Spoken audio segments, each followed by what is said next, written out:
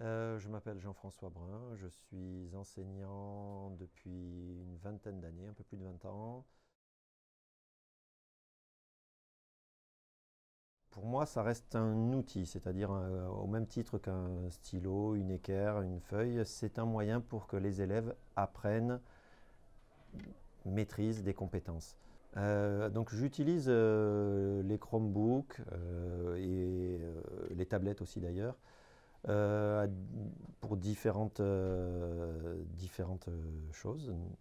Donc la robotique, puisque c'est depuis quelques années au programme du cycle 3, que les élèves commencent là en ce moment à apprendre à programmer un robot, donc, qui est un robot MBOT.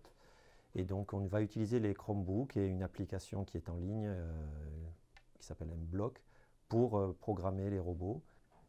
Euh, J'utilise donc l'outil informatique, mais très rarement de manière individuelle. Je l'utilise plutôt en groupe. Donc les élèves sont généralement en îlot, en groupe de 4 ou 5. Et ils ont un instrument informatique, une tablette ou un Chromebook. Et avec ça, ils travaillent en équipe pour résoudre la situation, la tâche demandée.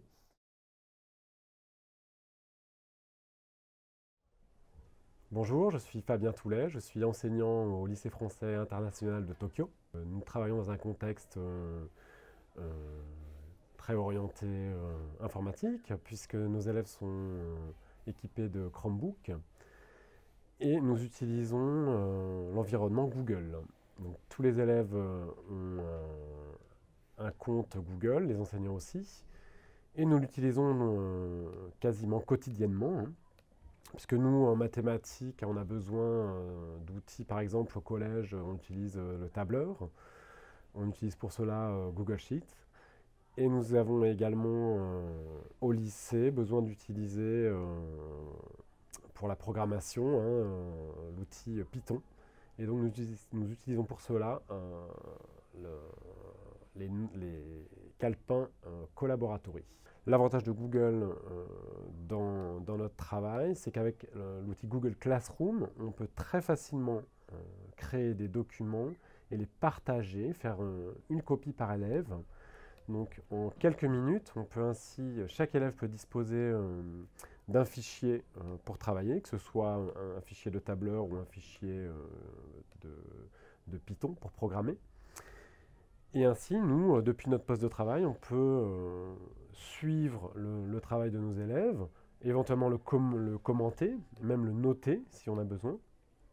Tout ça en direct, sans problème. On peut également projeter le travail d'un élève si c'est pertinent. Et enfin, si on veut que nos élèves travaillent à la maison, on peut tout à fait aussi suivre leur travail à la maison très facilement avec cet outil. Donc c'est donc comme ça qu'on utilise Google Classroom et les documents de la suite Google au lycée. Voilà.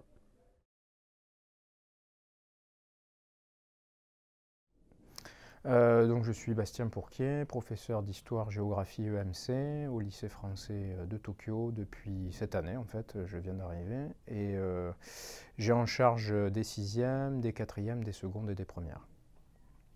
Alors l'utilisation des Chromebooks, je le fais essentiellement avec mes élèves de lycée, donc mes secondes et mes premières, sachant que les secondes ont un Chromebook depuis la fin du mois de septembre à peu près. Les premières, en fait, comme on est souvent en B308 avec eux et que c'est une salle qui dispose de Chromebook dans une armoire, je l'utilise à ce moment-là.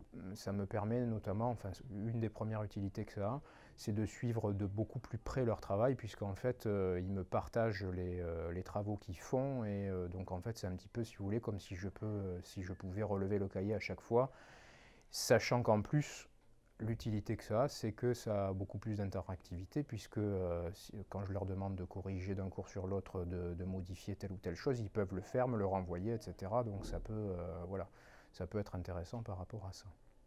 Alors ils le font dans la classe sur l'ordinateur, ils peuvent travailler individuellement ou à plusieurs.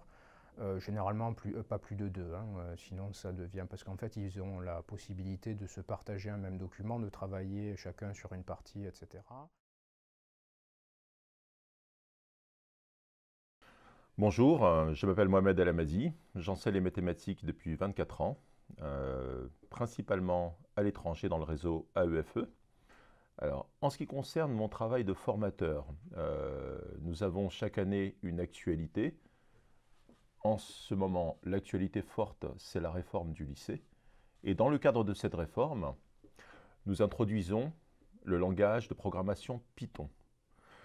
Avec mon collègue formateur pour la zone sud, nous avons réfléchi aux outils les plus pertinents et nous avons fini par choisir une solution qui nous semblait la plus ergonomique, la plus adaptée au format de notre travail. C'était le notebook Jupyter, dont on trouve une version, une modulation sur la suite Google, sous la forme de Collaboratory. Et petit à petit, ce format nous a semblé très séduisant parce qu'en l'intégrant à Classroom, ça nous permet de faire travailler nos élèves ou les collègues à distance sur ces compétences de programmation, en réservant le temps de présence en classe pour la recherche d'exercices, de problèmes mathématiques.